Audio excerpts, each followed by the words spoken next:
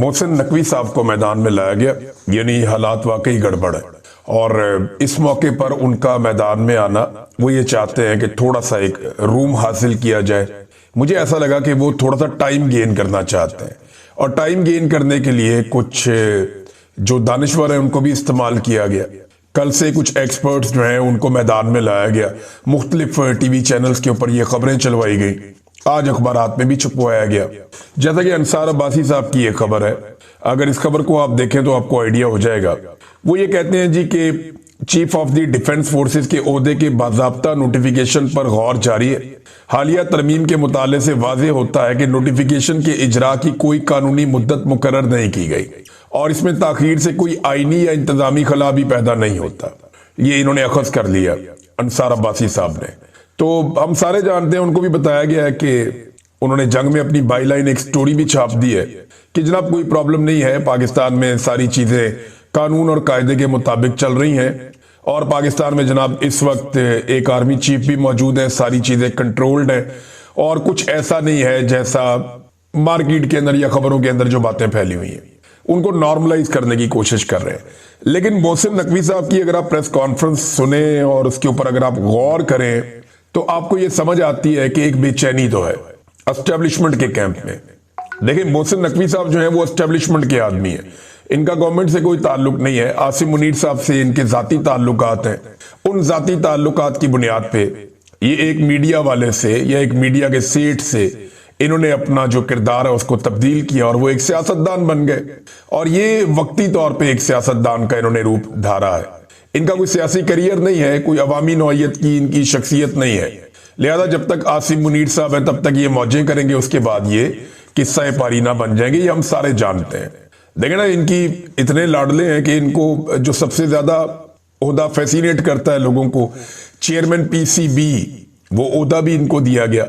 वजारत दाखिला जो सबसे बड़ी वजारत में से एक है पाकिस्तान में, वो वजारत भी इनको दी गई है। मोहसिन नकवी साहब जो है वो ताखीर की कोई वजह नहीं बता सके कि ये ताखीर क्यों हो रही है। लेकिन मोहसिन नकवी साहब की कुछ चीजें अगर आप सुने तो आपको आइडिया हो जाएगा। एक तो उन्होंने कहा कौन सा नोटिफिकेशन, यानी वो भोले बन गए। पूरा पाकिस्तान उस नोटिफिकेशन के बारे में बात कर रहा है, अखबारात में आप उस नोटिफिकेशन के बारे में खबरें छपवा रहे हैं, टीवी के ऊपर आप चीजों को नॉर्मलाइज करने के लिए उस नोटिफिकेशन की बात कर रहे हैं। आपका वजीर दिफा उसके ऊपर स्टेटमेंट दे रहा है।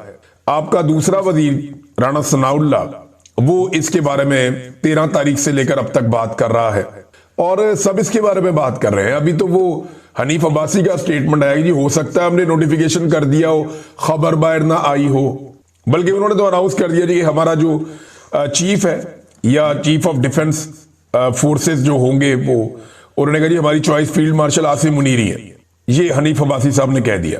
तो ये पूछना कि कौन सा नोटिफिकेशन, ये मोहसिन नकवी साहब की कमजोरी को जाहिर करता है, उस बेचैनी और तजब्जुब को जाहिर करता है जिससे इस वक्त एस्टेब्लिशमेंट या खास तौर पे आसिम मुनीर साहब गुजर रहे हैं। उन्होंने कहा अच्छा है, इन्हें थोड़े दिन करने दें, चंद लोगों की दिहाड़ी लगी हुई है, लगी रहने दें। आइन में एक नया इदारा बन रहा है, पूरा सिस्टम बनने में दिन लगते हैं, घंटे लगते हैं। ये तो नहीं हो सकता कि बटन दबाएं और हो जाए। ये मोहसिन नकवी साहब ने कहा आईनी तरमीम होने में तो दिन नहीं लगते, आईनी तरमीम होने में तो घंटे नहीं लगते, वहां पे 2/3 अक्सरियत के लिए बंदे उठाने में तो दिन नहीं लगते, वहां तो धड़ाधड़ काम होता है। वहां तो मोहसिन नकवी साहब यहां से ऑर्डर होता है, शहबाज शरीफ साहब काबीना के इजलास को वहां से बुलाते हैं अजरबैजान से, और यहां अप्रूवल हो जाती है फौरी तौर पे सेनेट, सेनेट के बाद कौमी असेंबली और सदर, और चट मंगनी पट ब्याह वाला काम हो जाता है।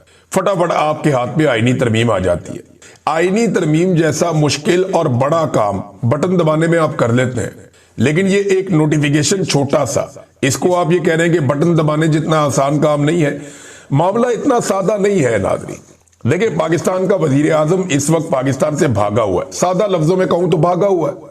वो पाकिस्तान में इस वक्त एस्टेब्लिशमेंट को फेस नहीं करना चाह रहा।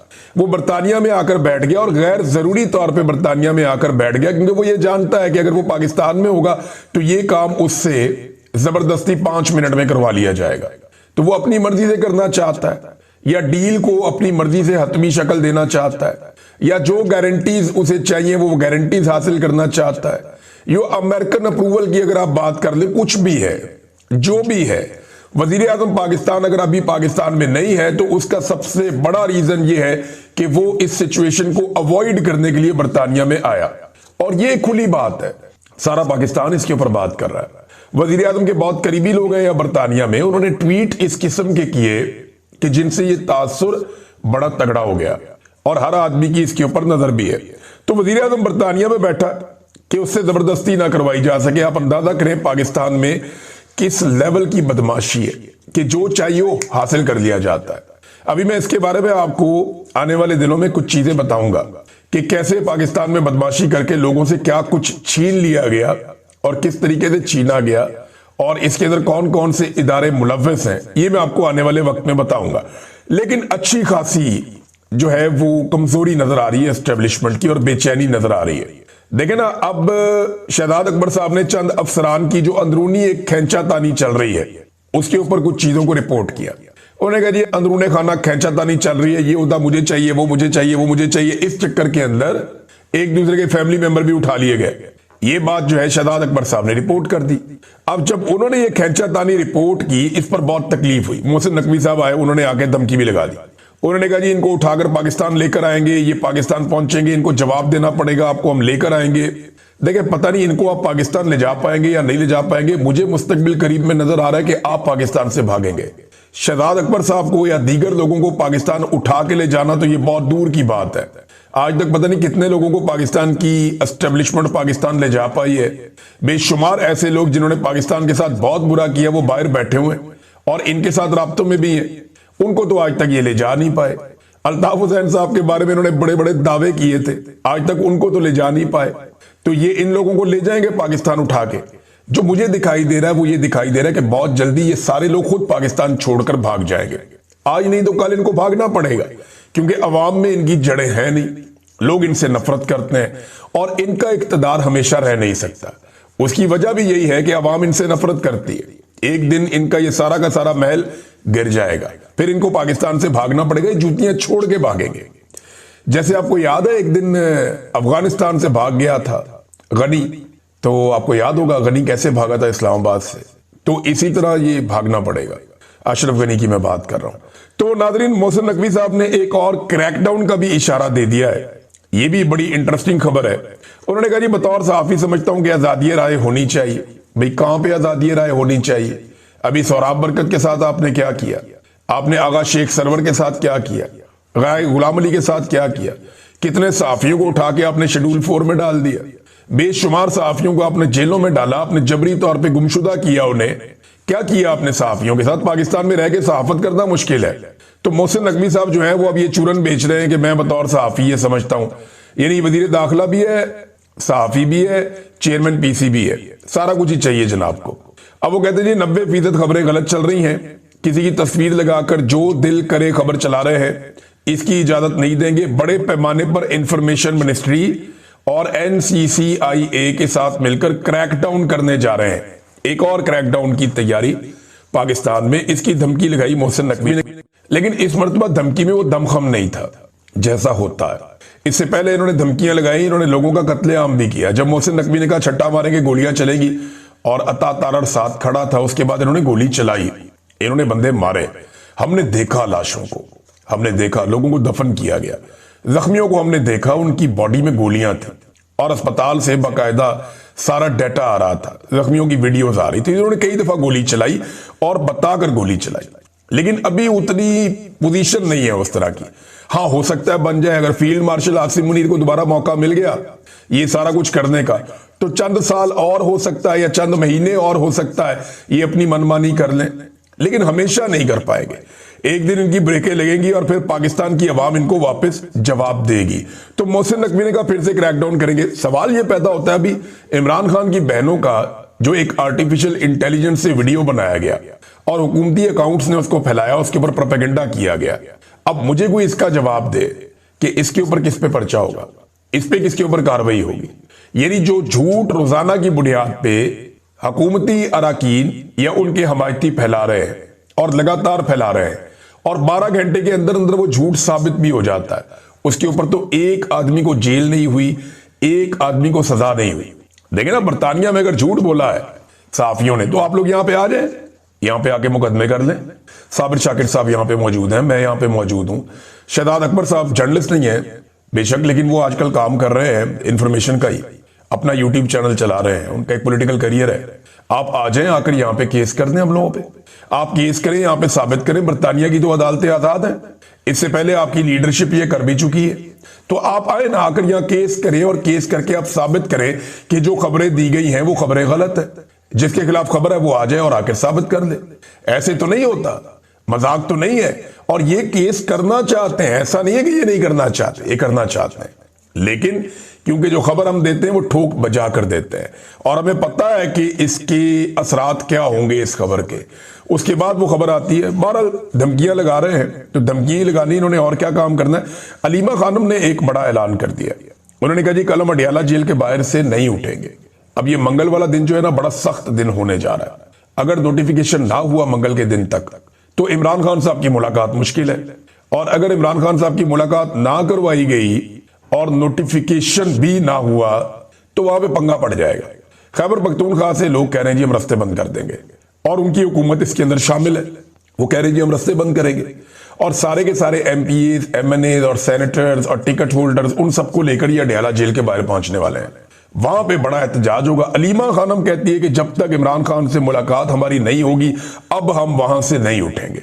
इंडियन मीडिया को इंटरव्यू के हवाले से जब उनसे सवाल किया गया, उन्होंने कहा जी क्यों ना दे इंटरव्यू। वो इमरान खान की सेहत के बारे में और उनकी सलामती के बारे में पूछ रहे थे। अब इंडियन मीडिया ये प्रोपेगेंडा कर रहा था ना, इंडियन मीडिया ये प्रोपेगेंडा कर रहा था कि इमरान खान को कत्ल कर दिया गया जेल में। तो इमरान खान की बहनों ने इंडियन मीडिया को बता दिया कि जनाब नहीं कत्ल किया गया, या उसकी सेहत के हवाले से, उसके मामलात के हवाले से उन्होंने वहां पे डिस्कशन कर ली। वो ये कहती है कि पाकिस्तान का मीडिया तो हमें दिखाता नहीं है, हमारी बात ही नहीं सुनता, या तो आप सुन ले।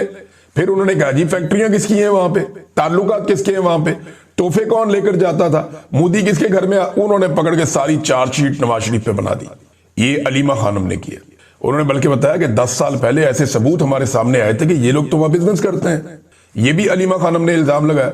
तो उन्होंने कहा गोली चलानी है गोली चलाओ, आंसू गैस चलानी है आंसू गैस चलाओ, हम वहां से नहीं जाएंगे, हम अडियाला के बाहर आकर बैठ जाएंगे, ये अलीमा खानम ने कहा। अब एक और नाज़रीन डेवलपमेंट हुई, वो ये कि रावलपिंडी की जो दहशतगर्दी की अदालत है उसने ये हुक्म जारी किया कि निमल यूनिवर्सिटी और शौकत खानम अस्पताल के जो अकाउंट्स हैं उन्हें खोल दिया जाए, यानी जो अकाउंट्स बंद किए गए उन्हें खोला जाए। अदालत में यह बताया गया कि अलीमा खान के जो जाती अकाउंट्स हैं वो अकाउंट्स तो बंद रहेंगे, लेकिन जो बाकी अकाउंट्स हैं वो खोल दिए जाएंगे। और बंद वो इसलिए हो गए थे कि अलीमा खानम का आईडी कार्ड उनके साथ मुंसलिक था। आप पाकिस्तान की वजारत दाखिला के निजाम का अंदाजा कर लें, आप अंदाजा कर लें आप क्या हालात है कि एक खातून के अकाउंट बंद करने थे, पकड़ के वो शौकत खानम के भी बंद कर दिए, निमल के भी बंद कर दिए। ये आइडेंटिफाई नहीं कर सके, क्लासिफाई नहीं कर सके कि ये अकाउंट अलग है वो अलग है। एक यूनिवर्सिटी के और एक अस्पताल के जहां पे लोगों का मुफ्त इलाज हो रहा है उसके भी अकाउंट इन्होंने बंद कर दिए। तो मरीजों के साथ इन्होंने ज्यादती की। बहरहाल ये अकाउंट अब खुल गए हैं, ये अच्छी बात है। नाज़रीन एक बड़ा इंकशाफ है जो रियासत अली आजाद साहब ने किया है। रियासत अली आजाद साहब आप सब जानते हैं एक साबिक सदर हैं और इनका ताल्लुक है इस्लामाबाद हाई कोर्ट बार से। वो ये कहते हैं वफाकी आईनी अदालत इसलिए बनाई गई है कि एक सियासी जमात पाकिस्तान तहरीके इंसाफ पर पाबंदी लगाई जाएगी और रेफरेंस यहां भेजा जाएगा। यानी उन्होंने बताया उनको ये बात पता चली है और ये बड़ी खौफनाक बात है। वो ये कहते हैं पाकिस्तान तहरीके इंसाफ पर बतौर जमात पाबंदी लगाई जाएगी और फिर रेफरेंस भेजा जाएगा वफाकी आईनी अदालत में, क्योंकि अब यहां पे रेफरेंस आना है। सुप्रीम कोर्ट ऑफ पाकिस्तान की तो आईनी हैसियत खत्म हो गई है, तो वफाकी आईनी अदालत में तो अपने बंदे बिठाए हुए हैं। एस्टेब्लिशमेंट उन्हें जो कहेगी या जो फैसला लिखकर देगी वो सुना देंगे जज। अब वो ये कहते हैं कि वो जो पाकिस्तान तहरीके इंसाफ पर पाबंदी लगाने का फैसला है वो भिजवाया जाएगा वफाकी आईनी अदालत को, और ये अदालत उस फैसले के ऊपर टप्पा लगा देगी और उसके बाद खैबर पख्तूनख्वा में गवर्नर राज लगा दिया जाएगा और ये वफाकी आईनी अदालत उस पर भी ठप्पा लगा देगी। यानी जब गवर्नर राज लगेगा तो ये कहेंगे ठीक है जी लगा रहने दो, जरूरत है। तो नजरिया जरूरत के तहत जनाब अब ये गवर्नर राज भी चलेगा। ये वो कह रहे हैं रियासत अली आजाद साहब। अब उनका ये कहना कि मैं वार्निंग दे रहा हूं ये कर दिया जाएगा और उनके पास ये इतला है, और ये अगर इतला उनकी ठीक है तो ये बड़ी खौफनाक इतला है कि जनाब पहले पीटीए पे पाबंदी लगाओ, वफाकी आईनी अदालत से उस पर ठप्पा लगवा लो, पाबंदी पक्की हो गई। उसके बाद खैबर पख्तूनख्वा में गवर्नर राज लगाओ, वफाकी आईनी अदालत में मामला ले जाओ, वो उसके ऊपर भी ठप्पा लगा देंगे, वो भी पक्का हो गया। लेकिन गवर्नर राज अगर उन्होंने लगा दिया ना, तो ये अपने ताबूत में एक और कील ठोंक लेंगे, क्योंकि खैबर पख्तूनख्वा में गवर्नर राज लगा के ये सुहेल अफरीदी को वो ताकत दे देंगे जो उसको वो इस्तेमाल फिर कर लेगा या वो कर सकेगा। वजह यह है कि जो मोमेंटम अभी स्लो बन रहा है, गवर्नर राज लगने की सूरत में वो बिजली की रफ्तार से बनेगा।